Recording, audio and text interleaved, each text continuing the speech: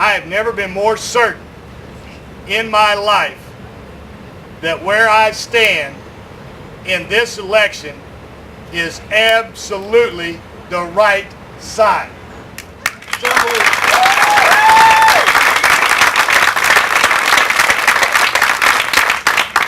It is time for moderate Republicans to think about taking back their party. Bush and Cheney have been to the state of Missouri 20 times this year. Let me tell you why they came to the state of Missouri. They're scared to death. We have an organization in Springfield. Scares them to death. People are freaking out because yard signs are getting taken out of Blue Springs and Lee Summit and St. Charles. Rip all the yard signs down you want. All that tells me is that we're very organized. We talk to our voters and we're sticking signs in their yard. We know where our votes are. The Republicans have the 72-hour plan, which I haven't seen. So we call ours the 72-hour and 20-minute program because we're 20 minutes better than those guys. All right? I don't know what their plan is, but for the next 5 days, everybody you talk to, don't tell them to go vote for us. Just tell them to go vote. I think at this point, folks know who they're voting for. And guess what? If you're in a race that's 49 to 45 and 6% of the people haven't decided who they're voting for, and you've been in the White House for 3.5 years, and you can't get over 50% in the state of Missouri, you are some kind of screwed. So there's no doubt in my mind that with your help in 5 days, we're going to get this done. Thank you very much. There's food in there. There's drink in there. Let's get it done.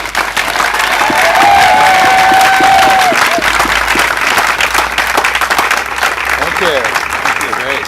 I think Democrats spend time caring about the middle class, caring about kids, caring about making sure that everybody gets to live the American dream, as opposed to the Bush guys who give the tax breaks to the richest 2% and give big companies all of their laws and all that stuff. I think after 2000, people understand what their vote means. I mean, you know, if 546 more people would have voted a different way in the state of Florida, it really made a difference. So people understand with tens of millions of votes cast, it come down to 540 some. That's why we got 220 new thousand registrants in the state of Missouri. I mean, people understand what it is, and they're going to go vote, and we're going to make sure they get out to vote.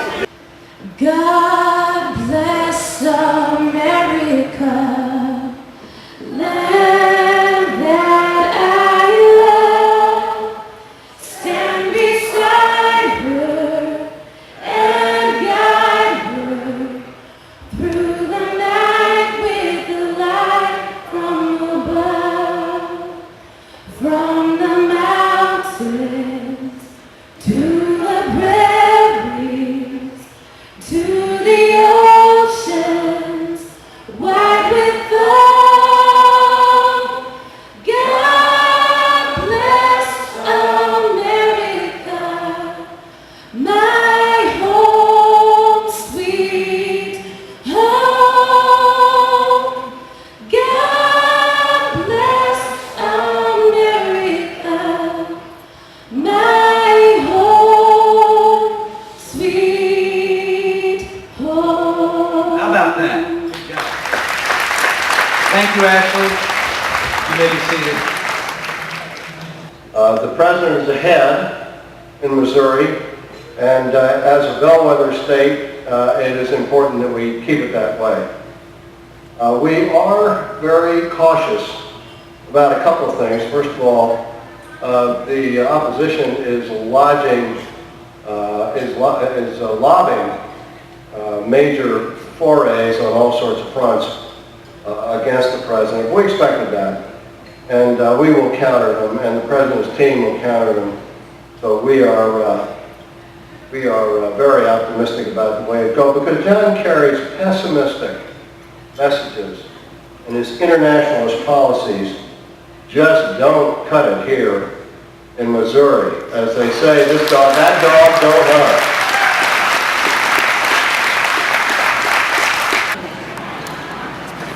Will you tell us about that item? It's for the NRA. It's a cigarette. Or it's actually a cigar lighter. Yeah, that's a lot bigger than a cigarette. Yeah, it's pretty.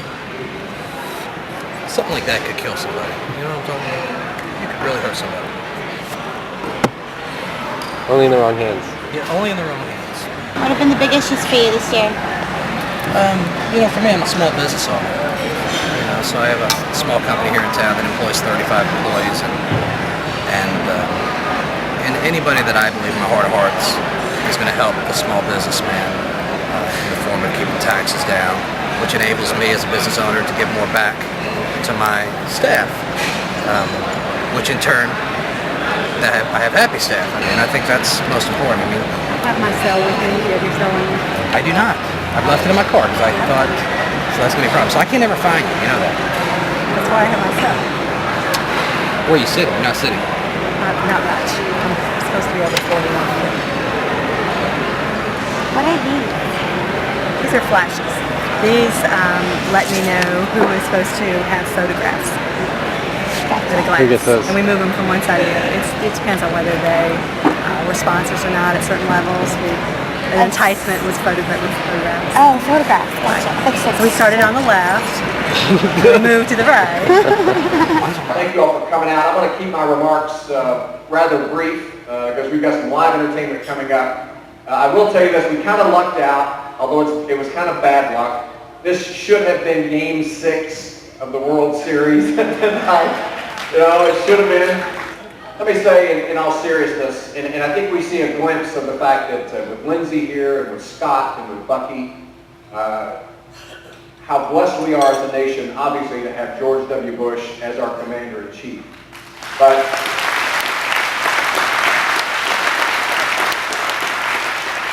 without question, the secret to his success is the fact that he knows his 2 feet are grounded. The man that you get to meet, as I've gotten a little glimpse of it, he doesn't have a pet nickname for me, Scotty. But the man that you see behind the scenes is exactly the same man that speaks from the podium. A man who knows the definition, knows what the meaning of is. A man who's truthfully has restored honesty and integrity to the Oval Office, of the highest office in the land, which is important.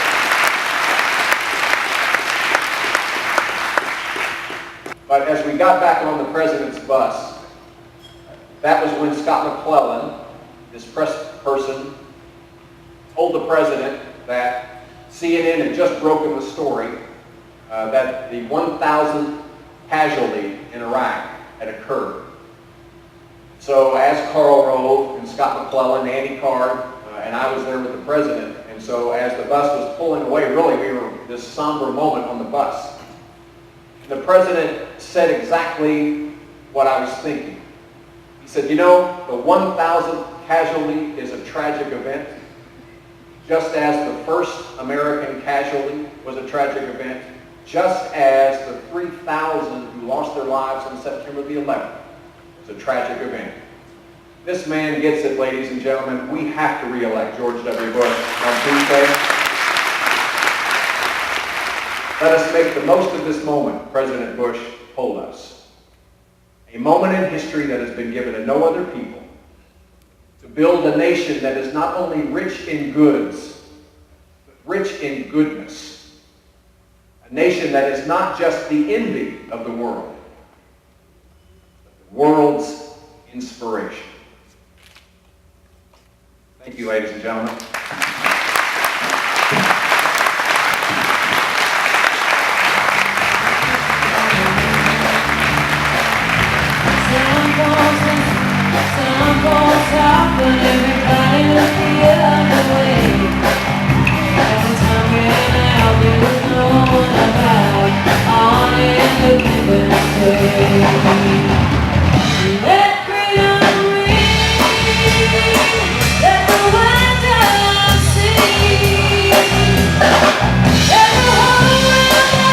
Today